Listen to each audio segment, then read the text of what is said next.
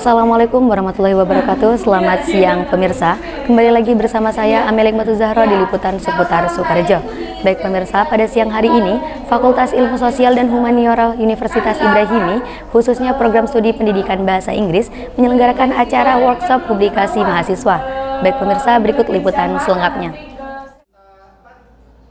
Fakultas Ilmu Sosial dan Humaniora Universitas Ibrahimi, khususnya program studi pendidikan bahasa Inggris, melaksanakan kegiatan workshop publikasi mahasiswa yang bertujuan untuk meningkatkan kualitas publikasi mahasiswa sesuai dengan yang diharapkan. Kegiatan ini bertempat di ruangan micro teaching Fakultas Ilmu Sosial dan Humaniora. Pada pembukaan kegiatan workshop publikasi mahasiswa ini, turut hadir Dekan Fakultas Ilmu Sosial dan Humaniora, yakni Kiai Haji Muhammad Asol Samsudin MPDI.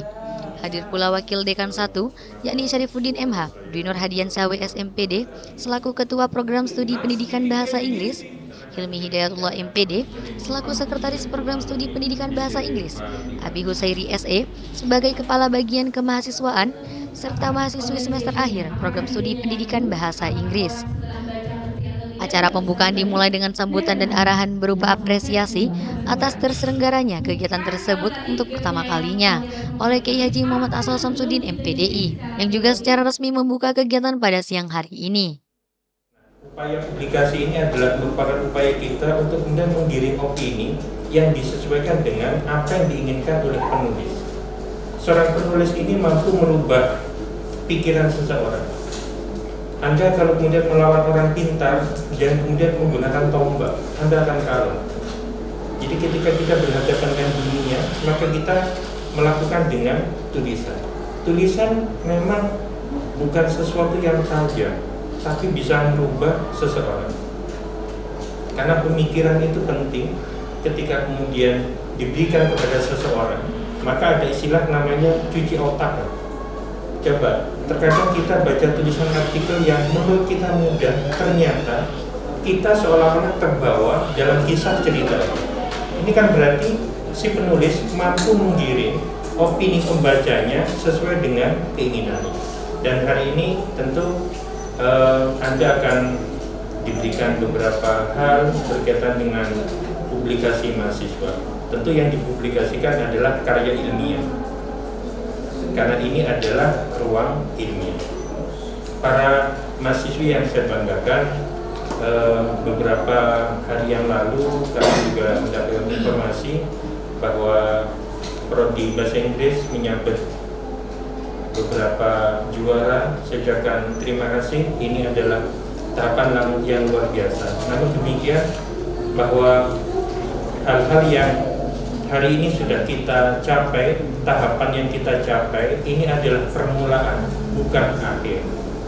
Dan tentu harapan kami ketika Anda sudah nanti lulus, Anda harus mampu kemudian untuk membawa mahasiswa baru ke prodi ini. Karena kunci dunia itu adalah bahasa. Anda ketika kemanapun, ke bandara misalnya, tidak mungkin di situ tulisan-tulisannya menggunakan bahasa Madura. Walaupun ada sebagian bandara itu menggunakan bahasa Jawa, termasuk di Oman. Jadi di bandara Oman itu ketika kita turun dari pesawat, itu ada kata-kata Sugeng Rawu. Saya kaget. Ini mulai kapan bahasa Jawa sampai kesasar ke negara Oman? Ternyata di Qatar juga demikian, menggunakan bahasa Jawa.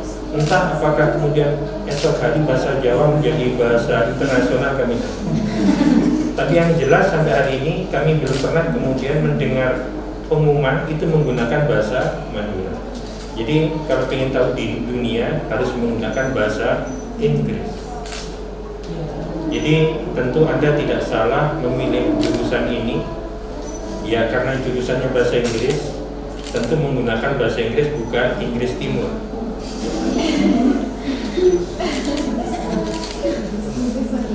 Jadi kalau kemudian PBI tapi menggunakan bahasa Madura, ini kan kecelakaan akademik. Iya kan? Tidak bisa kalau kemudian bahasa Inggris ya harus menggunakan bahasa Inggris. Jadi mohon apa nanti yang kita lakukan pada workshop publikasi mahasiswa di hari ini dan esok bisa Anda tulis, nanti bisa diaplikasikan dalam dunia nyata. Dengan bacaan Bismillah bersama-sama, workshop publikasi mahasiswa resmi kami buka. Bismillahirrahmanirrahim. Sekali lagi terima kasih terutama kepada Bapak Hilmi dan Kaprodinya, dan terima kasih kepada kawan-kawan semua. Tentu saya tidak sabar lagi menunggu kalian di wisuda. Saya tunggu di ruang wisuda. Acara kemudian ditutup dengan doa oleh Kiai Haji Muhammad Asal Samsudin MPDI. Nurdin Mawaddah MPD selaku narasumber pada kegiatan workshop publikasi mahasiswa ini memberikan materi yang berfokus pada finding a gap and making an enchanting introduction yang berisi tahapan-tahapan dan beberapa tips dalam pemilihan topik jurnal yang akan dibahas. Yang jelas kalian semua di sini sudah paham ragam metodologi penelitian, gitu ya. Nah, itu kamu mikir topik saya ini memungkinkan untuk metode apa saja gitu. Jangan gini, kadang kan mahasiswa gini, pokoknya saya mau R&D, pokoknya saya tidak mau kuan, saya benci kuan karena banyak angkanya, saya pokoknya harus kuan. Tapi topik yang dipilih itu sudah banyak yang meneliti secara kualitatif gitu. Itu kan namanya maksa, ya. Nah, oke, kita skip aja. Jadi tulis-tulisnya tadi, oh ternyata saya mau video dubbing, ada 3 ide. Video dubbing dikaitkan sama listening, video dubbing dikaitkan sama ini nih. Kalau untuk S1 biasanya 2 variabel ya seringnya ya. Kalau S2 itu biasanya sudah 3 gitu. Nah, terus mau dipilih berdasarkan apa? Pertama, itu harus aktual, fakta ya. Kemudian kebaruan, novelty. Baru enggak ini? Apa mainstream? Apakah udah jadul? Gitu. Sisi barunya dari apanya begitu. Kemudian kontributif, jadi memberikan kontribusi yang jelas. Kalau penelitian kita nggak ngasih kontribusi, sudah banyak, sudah ada yang meneliti, buat apa kita meneliti seperti itu. Kemudian accessible, kadang begini, udah baru, bagus, unik, kontribusinya jelas, tapi kita nggak bisa meneliti itu. Contoh, saya dulu pernah pengen menulis tentang CEFR. CEFR itu kayak mirip TOEFL-nya, standar TOEFL tapi di Eropa gitu. Mungkin ada yang pernah tes CEFR kayak level A1, A2, B1, B2 gitu kan. Saya sering gitu, tapi saya nggak punya akses untuk membuat soal CEFR gitu. TOEFL mungkin sudah biasa, tapi CEFR itu kayak agak sedikit gitu, lebih sedikit dari TOEFL. Dan saya tidak punya standarnya, jadi saya susah untuk melakukan penelitian itu. Bagus. Ada nggak yang meneliti novelty-nya? Ada. Bener-bener unik, belum ada yang meneliti, begitu. Tapi nggak accessible.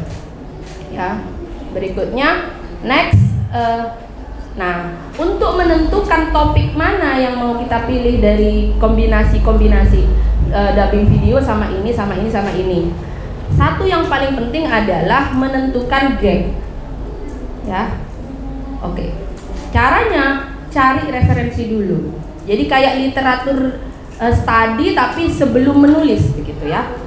Tujuannya adalah untuk menjawab mengapa kamu milih topik itu.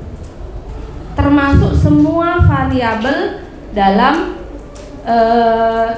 dalam judul. Saya kapan hari dengar dari Mr. Hilmi, dosennya pernah bilang, kamu misalnya mau ngambil video dubbing. Pengaruh video dubbing terhadap self confidence. Kenapa kok self confidence? Ya tidak tahu, saya pokoknya maunya itu begitu. Gak bisa. Kenapa kok video dubbing? Ya tidak tahu, saya pengennya ini kayaknya bagus. No. Nafsu. Nafsu. Itu harus based on data ya. Harus datanya jelas, literatur reviewnya, previous study-nya itu gimana gitu. Semua. Jadi kamu kalau ada 3 variabel itu harus reasonable dan jelas gitu ya. Kemudian yang kedua, ini sudah biasanya tergantung juga aturan dari setiap jurnal, aturan dari kampus biasanya ya. Berapa persen referensi dari buku dan berapa persen dari jurnal. Kemudian pilih yang reputable. Coba nih misalnya, kira-kira nih editor itu bakalan milih artikel yang mana? Artikel satunya referensinya itu menurut Hidayatullah, menurut Mawaddah, menurut Andi, menurut Haryono gitu. Dengan satunya menurut Mark, menurut Michael gitu. Kayak orang-orang yang memang dia itu profilnya jelas di bidang English education gitu. Dia pakar dunia gitu. Kira-kira mana yang bakalan yang berpotensi diterima? Ya, kita nggak mau rasis ya, tapi kan jelas kan penulis yang terbanyak di bidang second language ya, language learning itu bukan dari negara kita begitu. Memang agak menyedihkan ya, tapi itu fakta. Jadi perlu ada search engine yang bisa memfilter reputasi dari referensi yang mau kita pakai. Alhamdulillah hari ini telah dilaksanakan workshop publikasi bagi mahasiswi program studi pendidikan bahasa Inggris Fakultas Ilmu Sosial Universitas Ibrahimi. Dan tujuan dilaksanakan kegiatan hari ini yaitu untuk meningkatkan kualitas publikasi mahasiswi Fakultas Ilmu Sosial dan Humaniora. Alhamdulillah hari ini kegiatan dibuka oleh Dekan Fakultas Ilmu Sosial dan Humaniora Kiai Haji Muhammad Aso Samsuddin dan diikuti juga oleh Wakil Dekan Fakultas Ilmu Sosial dan Humaniora. Dalam sambutannya beliau mengapresiasi kegiatan hari ini karena manfaat yang dirasakan oleh mahasiswa khususnya bagi publikasi yang sedang dilaksanakan oleh mahasiswa. Kemudian kami juga melihat peserta sangat antusias dalam mengikuti kegiatan ini. Hal itu ditunjukkan dengan banyaknya peserta yang bertanya dan berinteraksi dengan narasumber.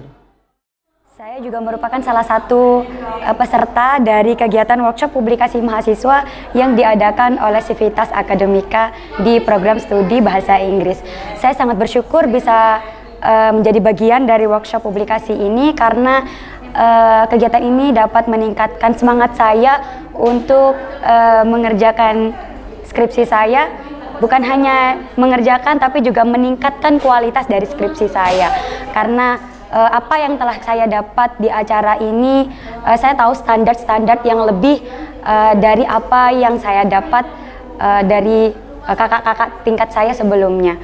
So, harapan saya ke depannya semoga acara ini dapat dilaksanakan jauh sebelum kami mahasiswa semester akhir mengerjakan skripsi kami, sehingga apa yang kami dapat di workshop ini dapat kami implementasikan secara maksimal terhadap skripsi yang kami kerjakan. Selain itu, terdapat pula pengoreksian hasil tulisan bagi 3 mahasiswa. Kemudian setelah pemaparan materi, sesi tanya jawab oleh mahasiswa kepada narasumber mengenai kendala dalam pengambilan topik sekaligus konsultasi mengenai jurnal. S3 TV melaporkan.